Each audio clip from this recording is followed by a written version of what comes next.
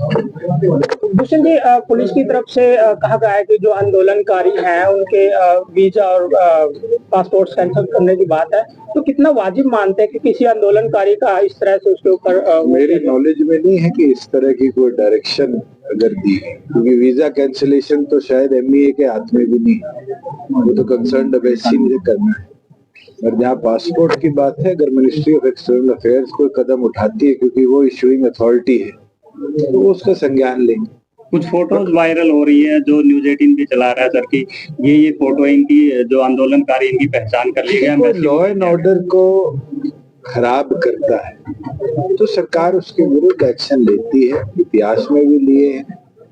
और जिस तरह से पीसफुल प्रोटेस्ट की बात करी गई और उसके अंदर कोई हिंसक घटना हुई है तो पुलिस अपनी कार्रवाई करेगी। सर, लोकसभा चुनाव को लेकर सर किस प्रकार की तैयारी है? गठबंधन 3 तारीख को करनाल के अंदर जननायक जनता पार्टी की राष्ट्रीय प्रदेश कार्यकारिणी की बैठक है। डॉक्टर अजय सिंह चौटाला जी जो भी आदेश देंगे, पार्टी का प्रत्येक कार्यकर्ता उसके ऊपर काम भी करेगा। और मैं मानता हूं कि हमारी 6 लोकसभा हमने कवर करी और जल्द 7वीं लोकसभा का जो हमारा नव संकल्प रैली का शेड्यूल है वो जारी है। तो कितनी लोकसभा सीटों पर अब की बार जेजेपी दावा करने की तैयारी में? हम तो 10 की तैयारी कर रहे हैं और तो अलायंस के अंदर कोई बैठ के फिर निष्कर्ष निकलेगा तो उसके ऊपर फैसला लिया जाए। इंडिया गठबंधन ने सुशील गुप्ता को मैदान में उतारा आम आदमी पार्टी से। मैं शुभकामनाएं देता हूं उनको, पर मैं मानता हूं जो कांग्रेस अपने आप को कहती थी कि हम सबसे मजबूत है, और मैंने तो उनके स्टेट लीडरशिप के बयान देखे कि हमें किसी की जरूरत नहीं है। आज वो आम आदमी पार्टी को साथ लेके चल रहे हैं, दिखाता है कि कांग्रेस को बैसाखियों की जरूरत पड़ी। सर, सुशील गुप्ता का ये भी कहना है कि भाजपा और जसपा का टिकट सीटों को लेकर जो है वो कहीं ना कहीं आपसी मनमुटाव चला, जिसके कारण अब तक जो है लिस्ट है।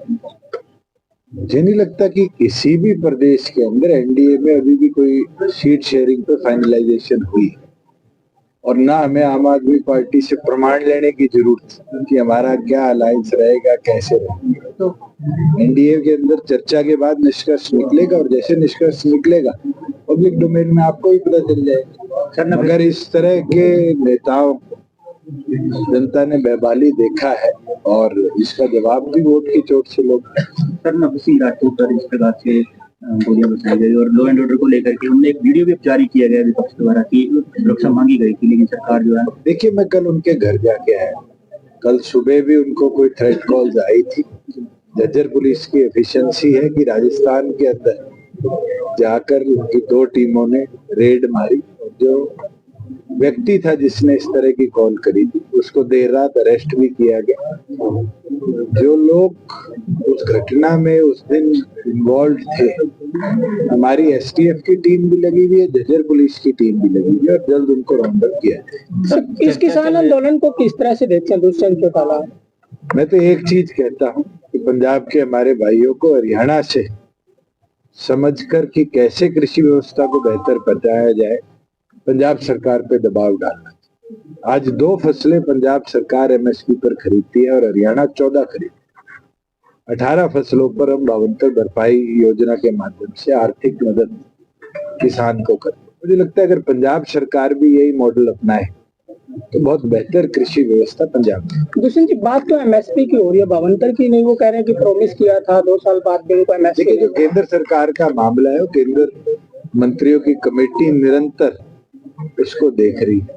जहाँ प्रदेश की व्यवस्था बनाने की बात है, हम भी केंद्र से सपोर्ट लेते हैं। गेहूं में, जीरी में 25%, दालों में 25% और फसलों पर, और उसके बाद स्टेट अपना बेयर करती है 75% कई फसलों पर। 12 फसलें हमने ली है और ये नंबर 14 फसलों तक हम ले गए, और इसको और आगे बढ़ाने का काम कर रहे हैं, रुक नहीं रहे। और यही है जो किसान को और समृद्ध। एसवाईएल का पानी मिल नहीं रहा है, लेकिन हरियाणा राजस्थान को पानी देने के बाद जो अग्रीमेंट हुआ है वो हथनीकुंड बैराज में 21-22 दिन जो मानसून के में एक्सेस वाटर रहता है उसको राजस्थान ले जाना चाहते हैं, और वो अपने खर्चे पे शायद 20-22 हजार करोड़ की लागत से ले जाने का काम करे। उसमें हरियाणा का शेयर तो मेरे ख्याल से कहीं भी इफेक्ट नहीं हो रहा।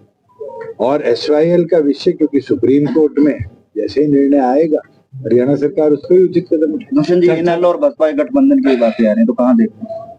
मुझे तो बसपा सुप्रीमो का ये बयान याद है, हम किसी के साथ नहीं इस बार अकेले लड़े, और अकाली दल से भी शायद बसपा ने अलायंस उसी बात पे तोड़ा। दुष्यंत जी एक तरफ तो राजस्थान को पानी देने की बात हो रही है, लेकिन आपको लड़ा दे। दुष्यंत जी एक तरफ तो राजस्थान को पानी देने की बात हो रही है, दूसरी तरफ है जो आदमपुर के जो साथ लगते हरियाणा के जो गांव है उनको वो राजस्थान का पानी लेके पी रहे हैं। यमुना का जो पानी है वो मॉनसून सीजन पे जैसे ही 24,000 क्यूसेक से ज्यादा हो जाता है, वो यमुना की धार के अंदर समुद्र में जाके मिलता है। राजस्थान सरकार उस हेड की रेजिंग करके उसमें से व्यवस्था बनाने का काम है। उससे हरियाणा के क्षेत्र के अंदर तो ये लाभ होगा, क्योंकि हम 18,000 क्यूसेक तक हरियाणा उसमें से पानी लेता है। जब कैपेसिटी बढ़ेगी तो हम भी उस कैपेसिटी के साथ उसी पाइपलाइन के साथ एक हरियाणा की पाइपलाइन डालकर जो हमारे ये जो क्षेत्र है दादरी का, हिसार का और भिवानी का, इसके अंदर भी पानी की सप्लाई को बेहतर कर पाए। तो मुझे लगता है कि इससे हमारे उस क्षेत्र को भी जो डेजर्टेड एरिया मानते हैं, एरिड रीजन है, उसको हम पानी की सप्लाई दें। Thank you sir. धन्यवाद।